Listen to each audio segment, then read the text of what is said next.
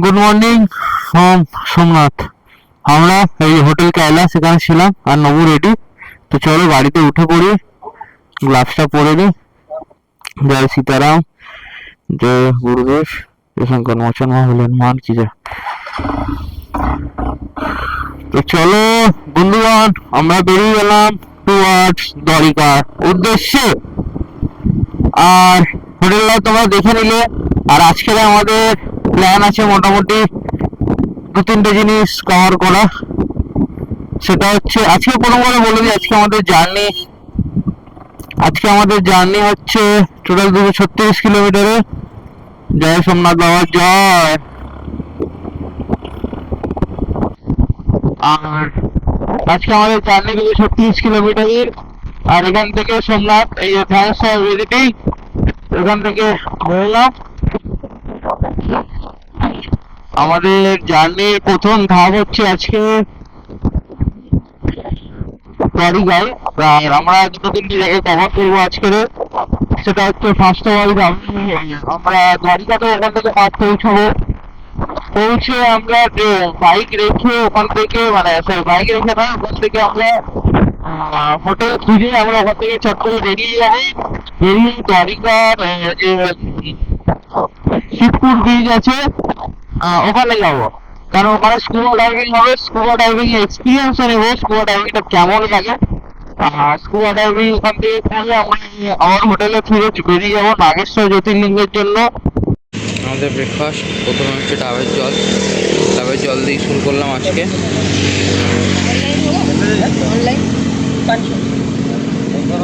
Online होगा online होगा नहीं ऑनलाइन তো চলো আমাদের ডাব খাওয়ানো হয়ে গেছে।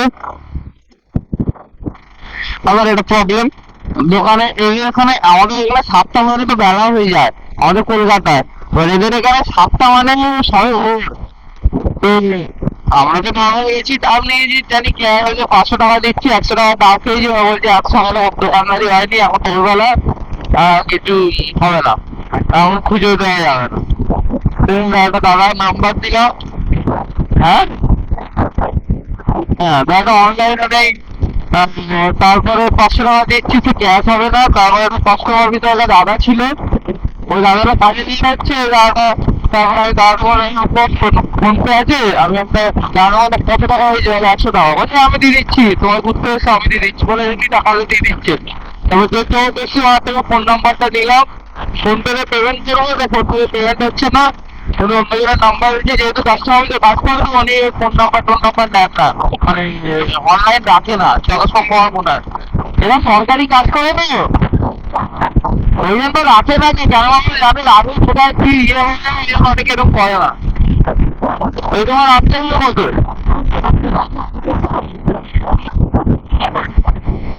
যাই হোক, ওনার ফোন নাম্বারটা নিয়ে গেছি, তো ওনাকে ফোন করে নেবো। উনি বললো বাড়িতে আমার ফোন কিন্তু একদম থাকছে না, এখন কিন্তু বাড়িতে থাকে, আমি কিন্তু আপনাকে ফোন করতে পারবো না, আপনাকে ফোন করতে হবে। ঠিক আছে, আমরাই ফোন করে নেবো। তো বিকেলবেলা ওনাকে ফোন করবো, করে পেমেন্টটা ওনাকে 100 টাকা ওনাকে উনি কারোর নাম্বার দিলে সেই ফোন নাম্বারে ইউপিআই করে পাঠিয়ে দেবো। मुख्यमंत्री डिपेंड नहीं करता है, डिपेंड करता है वहाँ का इंसान हर जगह पे। वो तो हाँ आदमी है ना, कोई काम नहीं करता क्या है क्या ठीक है, आते हैं। जय श्री कृष्ण।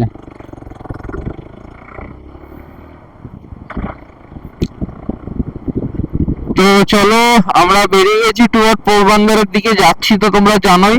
আর এখানে একটু পেট্রোল পাম্পে দাঁড়িয়েছিলাম।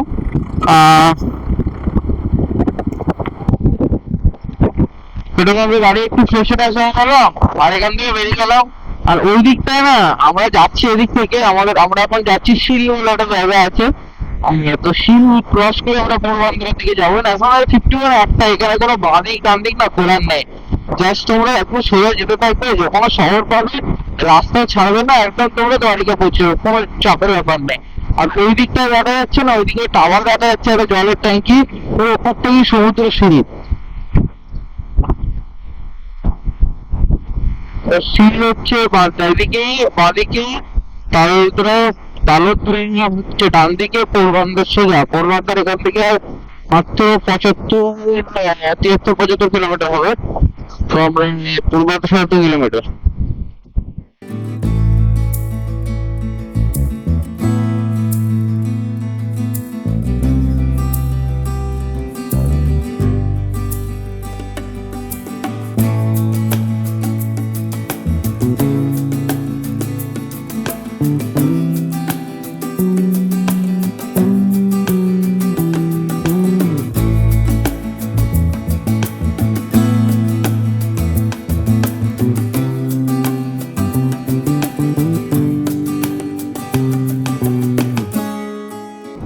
দেখতে দেখতে আমরা মাধবপুর পৌঁছে গেছি। এখান থেকে মাধবপুর থেকে আমাদের জার্নি শুরু হচ্ছে আবার, মানে মাধবপুর থেকে আমরা টার্নিং নিচ্ছি একদম সোজা পোরবন্দরের দিকে। আর এখান থেকে একটা দৃশ্য দেখাবো তোমাদেরকে, আমার সঙ্গে জুড়লাম টার্টল হিচারি সেন্টার। ঠিক মানে এটা দেখাবো না, দেখাবো অন্য জিনিস, আর একটু গিয়ে তোমরা দেখতে পাবে। সামনে থেকে পুরো বাড়িঘর নেই, শুধু দোকানপাট রয়েছে, তাই তো? তার মানে এখানে কি আছে? এখানে আছে শ্রীকৃষ্ণ, অবশ্যই শ্রীকৃষ্ণ, পাশে আছে সমুদ্র। দেখো সমুদ্র, এই যে আরব সাগর। এই সমুদ্রের পাশ থেকে আমরা বাইক চালিয়ে যাচ্ছি টুয়ার্ডস পোরবন্দরের দিকে। এটা হচ্ছে সমুদ্রের জলে ঢেউ রে ভাই, এটা বিষাক্ত রে, এই জলে স্নান করবো কি করে? এই জন্য মনে হয় স্নান করতে পারবে না এটা থেকে। দেখো বিচে ঢেউ, দেখো দোকান সব বন্ধ, ঢেউ ঢেউ। রাস্তাটা উপভোগ করো, সমুদ্রের পাড়ে দাঁড়া বসে আছে, মানে দিনে হেভি শুরু হচ্ছে ভাই, হেভি শুরু হচ্ছে। সমুদ্র সমুদ্র, এরকম সমুদ্রের পাড় থেকে রাস্তা তখনও গাড়ি চালিয়ে মজা। বাট এই মজা একটুখানি থাকবে, এক্ষুনি আমরা আবার উপরে উঠে যাবো। সমুদ্রের পাড় থেকে যাবো একটুখানি রাস্তা, 500 মিটার মতো রাস্তা আছে। এই 500 মিটার পর আমরা চলে যাবো আমার উপরের দিকে। তখন আমার সমুদ্র দর্শন হবে না, সমুদ্র দর্শন হবে পোরবন্দরের কাছে কি হবে?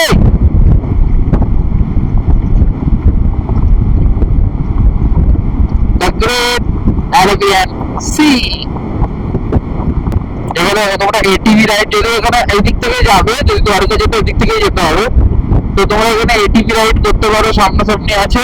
আর রাস্তার ধারে বাইক রেখে চলে যেতে পারো সমুদ্রের পাড়ে, এটা কোনো চাপ নাই।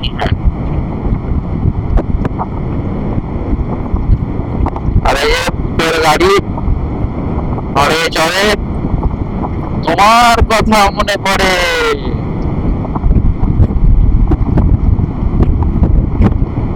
এখানে তোমরা উট রাইডও করতে পারো। আর তাছাড়া বলতে পারো উট উচি উটকি, পিঠ উচি উটকি, পুচ উচি উটকি, উট উচি। ভুলে বললাম।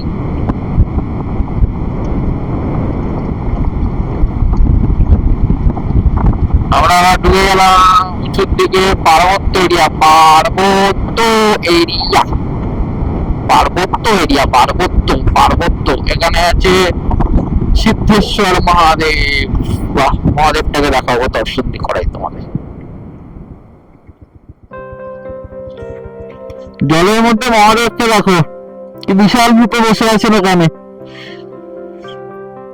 এখানে মহাদেবের ছোট ছোট মন্দির আছে, জলের ওখানে মহাদেব দেখো তোমরা। একটা ভালো কথা, এই জায়গাটা থেকে কিন্তু জল, ওই সাইড থেকে একটা নদী আছে, নদীর মাধ্যমে জল কিন্তু এদিকে মিশছে, ওখানেই মহাদেবের শিবলিঙ্গটা রয়েছে। আর ওই জায়গাটা থেকে মনে হয় না যাওয়া যায়, বাট ওখানে কিছু লোক দেখছি দাঁড়িয়ে স্নান করছে। আর ওখানে জলের ঢেউ বেশি আছে, ওখানটা স্নান করছে লোকে, তো ওরা মনে হচ্ছে আসতে পারে এখানে, আমি ঠিক কনফার্ম নই, বাট পতাকা টতাকা আছে, আশা করি লোকে আসতে পারবে, তাই না?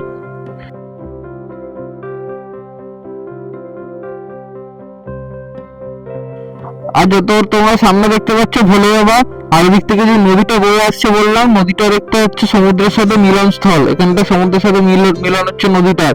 এই নদীটার নাম হচ্ছে ওজাত রিভার, ঠিক আছে? তো ওজাত রিভার সাথে আরব সাগরের মিলন পয়েন্ট রয়েছে, এটা ভোলে বাবা। তো চলো আমরা এখান থেকে বেরিয়ে যাই তাহলে।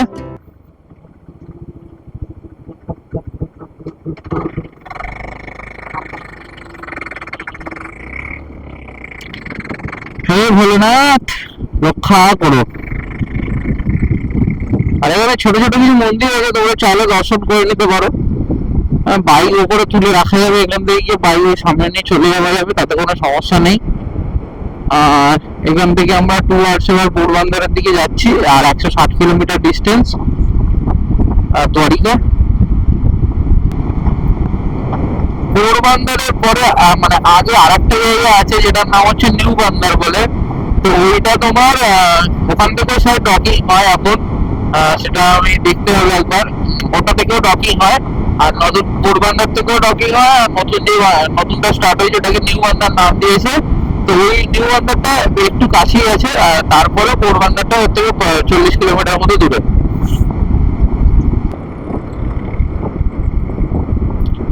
তো আমরা দেখতে দেখতে পোরবন্দরের কাছাকাছি চলে এসেছি। এই জায়গাটার নাম হচ্ছে রতনপুর। এখান থেকে পোরবন্দর মাত্র 14 কিলোমিটার। এবার পোরবন্দর আমরা ঢুকছি না, পোরবন্দরকে বাইপাস করে আমরা বেরিয়ে যাবো পোরবন্দর ঝিলের উপরে ব্রিজ থেকে। কারণ হচ্ছে এখান থেকে যদি বাইপাস করে যাই আমরা, তবে তাড়াতাড়ি পৌঁছে যাবো পোরবন্দরের ভেতর থেকে ঢুকলাম না, কারণ যেহেতু একটু ইন্ডাস্ট্রিয়াল টাইপ এরিয়া হতে পারে। আমি কোনো জানি না, পোরবন্দর কোনোদিন তো যাইনি, তো নাম শুনে মনে হচ্ছে কোনো ইন্ডাস্ট্রিয়াল এরিয়া হতে পারে। সেই জন্য আমরা বাইপাস রোডটাকে যাচ্ছি। আর বাইপাস ম্যাপে না এবারে ইয়েলো দেখাচ্ছে, মনে হচ্ছে রাস্তার কাজ বাজ হয়েছে ভাই আমার কিছু, কিন্তু রাস্তাটা মাপন রাস্তা ইয়েলো কি ভাই? 90 গাড়ি চলবে, 80-90 গাড়ি চলছে, আবার ইয়েলো কি? আমরা দ্বারিকা থেকে আর 60 কিলোমিটার দূরত্বে আছি। ভাবলাম একটু কিছু খেয়ে নিই। তো ব্রেকফাস্ট করবো বলে দাঁড়িয়েছি। এখানের ব্রেকফাস্ট এখানকারই মতোই হবে। তো চলো গুজরাটের ব্রেকফাস্টে কী আছে তোমরা দেখা। এখানে পুরি সবজি টুজি কিচ্ছু পাইনি। হ্যাঁ, তো যা পেয়েছি তাই দেখাচ্ছি। आलू टिकिया, आलू बड़ा, पेঁয়াজ पकौड़ा, फाफड़ा, সেদ্ধ লঙ্কা, নুন দেওয়া। নুন দেওয়া, আর হচ্ছে টমেটোর সস, আর সঙ্গে 2 কাপ চা। এই খাই, যা পাচ্ছি তাই আপাতত খেতে হবে। তেল ভাজা অতটা ইচ্ছা করে না, কিন্তু কী করবো বলো, খেতে হবে, কিছু করার নেই। তো চলো কেমন খেতে। ও ফাফড়া বেসনের খেতে। তো চলো খেয়ে দে, তারপর বেরোচ্ছি। তো আমরা এখানে ব্রেকফাস্ট করলাম। নাম কি আমি জানি না, পড়তে পারছি না, হিন্দি লেখা নেই। তো এখানে ব্রেকফাস্ট করে নিও। গুজরাটি রাজস্থানি দু রকমের থালি পাবে, যেহেতু আমরা রাজস্থানের একটু কাছাকাছি, কাছাকাছি না, রাজস্থান থেকে অনেকটা দূরে আছি অবশ্য। তো চলো আমরা বেরিয়ে গেলাম টুয়ার্ডস দ্বারিকার উদ্দেশ্যে। আর এক ফোঁটা করতে হবে না, একদম সহ্য উড়বো দ্বারিকা দেবভূমি, দ্বারিকা নগরী। 12টা 3-এ পৌঁছে যাবো। এখন বাজে 11টা 11। হোটেল খুঁজবো, বেরিয়ে যাবো স্কুবা ডাইভিং এর জন্য। স্কুবা ডাইভিং যাবো, স্কুবা ডাইভিং থেকে স্কুবা ডাইভিং কমপ্লিট করে ওখান থেকে বেরিয়ে যাবো নাগেশ্বর মন্দিরের জন্য। নাগেশ্বর মন্দির দর্শন করবো, করে ব্যাক টু হোটেল। হোটেলে এসে ড্রেস ফ্রেস চেঞ্জ করবো, বা ড্রেস চেঞ্জ করার দরকার নেই, একটু রেস্ট নেবো, নিয়ে চলে যাবো দ্বারিকা নগরে এক্সপ্লোর করতে। দ্বারিকা নগরীতে দ্বারকাধীশ মন্দির আছে, শ্রীকৃষ্ণের মন্দির। তো বাকি সমস্ত মন্দির টুকটাক পায়ে হেঁটেই দর্শন করবো। কমপ্লিট করে আমরা একদম বেরিয়ে যাবো, রাত্রে রেস্ট নেবো। রাত্রে রেস্ট নিয়ে আমরা চলে যাবো পরের দিন সকাল সকাল ওখাতে। বিকজ ওখাতে গিয়ে আমাদের ট্রেনে চাপতে হবে। রবিবার ট্রেন আছে, তো শনিবার দিনটা ওখাতে কাটাবো। ওখাতে কাটিয়ে ওখানে বেট দ্বারিকা যেখানে আছে, বেট দ্বারিকা দরকার পড়লে পায়ে হেঁটে দর্শন ঘুরবো, কোনো অসুবিধা নেই। একদিন গাড়ি প্যাক ফ্যাক করে পুরো ব্লগের সাথে ডিটেলসে তোমাদের বলে দেবো, পুরো প্রসেস করে সব কিছু বলে দেবো। তো আগে আমরা ফোকাস করবো আজকের দ্বারিকার উদ্দেশ্যের জন্য, দ্বারিকার করার জন্য। একটা মন্দিরে এসেছি, এটা শ্রীকৃষ্ণর একটা মন্দির। ওখানে রথে করে দুজনকে চড়াচ্ছে, কাকে চড়াচ্ছে জানি না, শ্রীকৃষ্ণের মন্দির। তো বাইরে থেকে দর্শন করা, ভেতর থেকে মোবাইল অ্যালাউ করবে না সামনে হয়তো। তো আমরা বাইরে থেকেই দর্শন করবো। আচ্ছা, জুতোটা ওখানে খুলে আসতে হবে।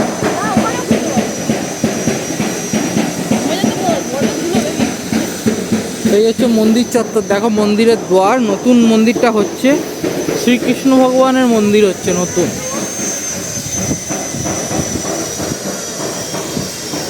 তো শ্রীকৃষ্ণর মন্দির, এটা মন্দির চত্বর, এটা মন্দির প্রাঙ্গণ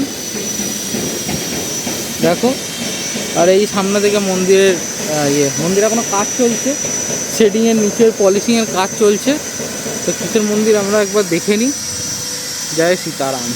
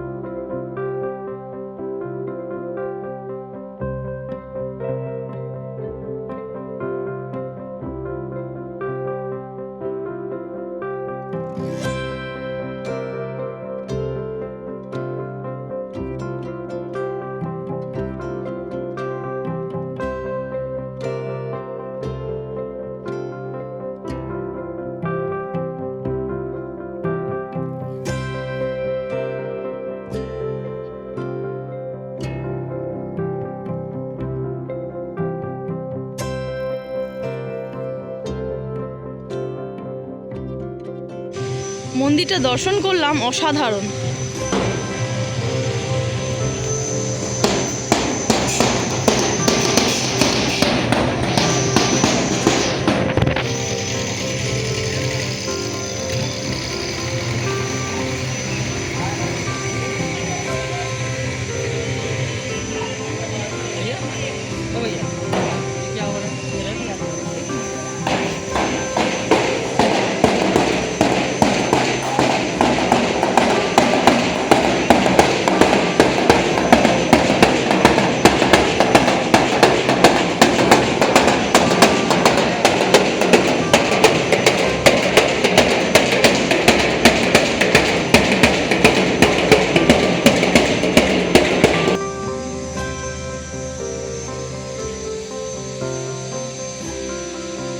দেখো হাতিটা কত সুন্দর ডিজাইন। This is Allahabad.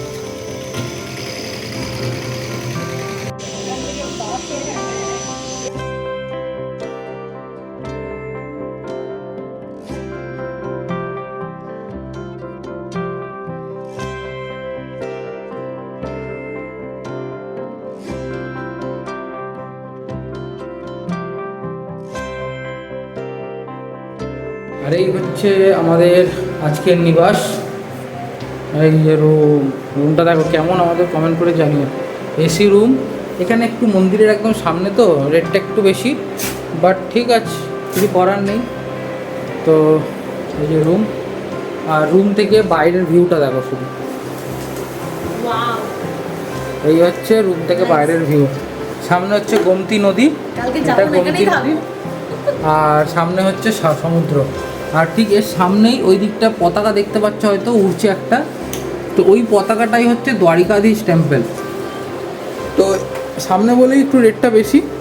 আর এখান থেকে আমরা সোজাই সামনে ঘাটে চলে যাবো, এই ঘাটে গিয়ে স্নান করতে পারবো। আর এই হচ্ছে রুম, হচ্ছে এসি রুম আছে, কোনো এসি চালাবো চিল হয়ে।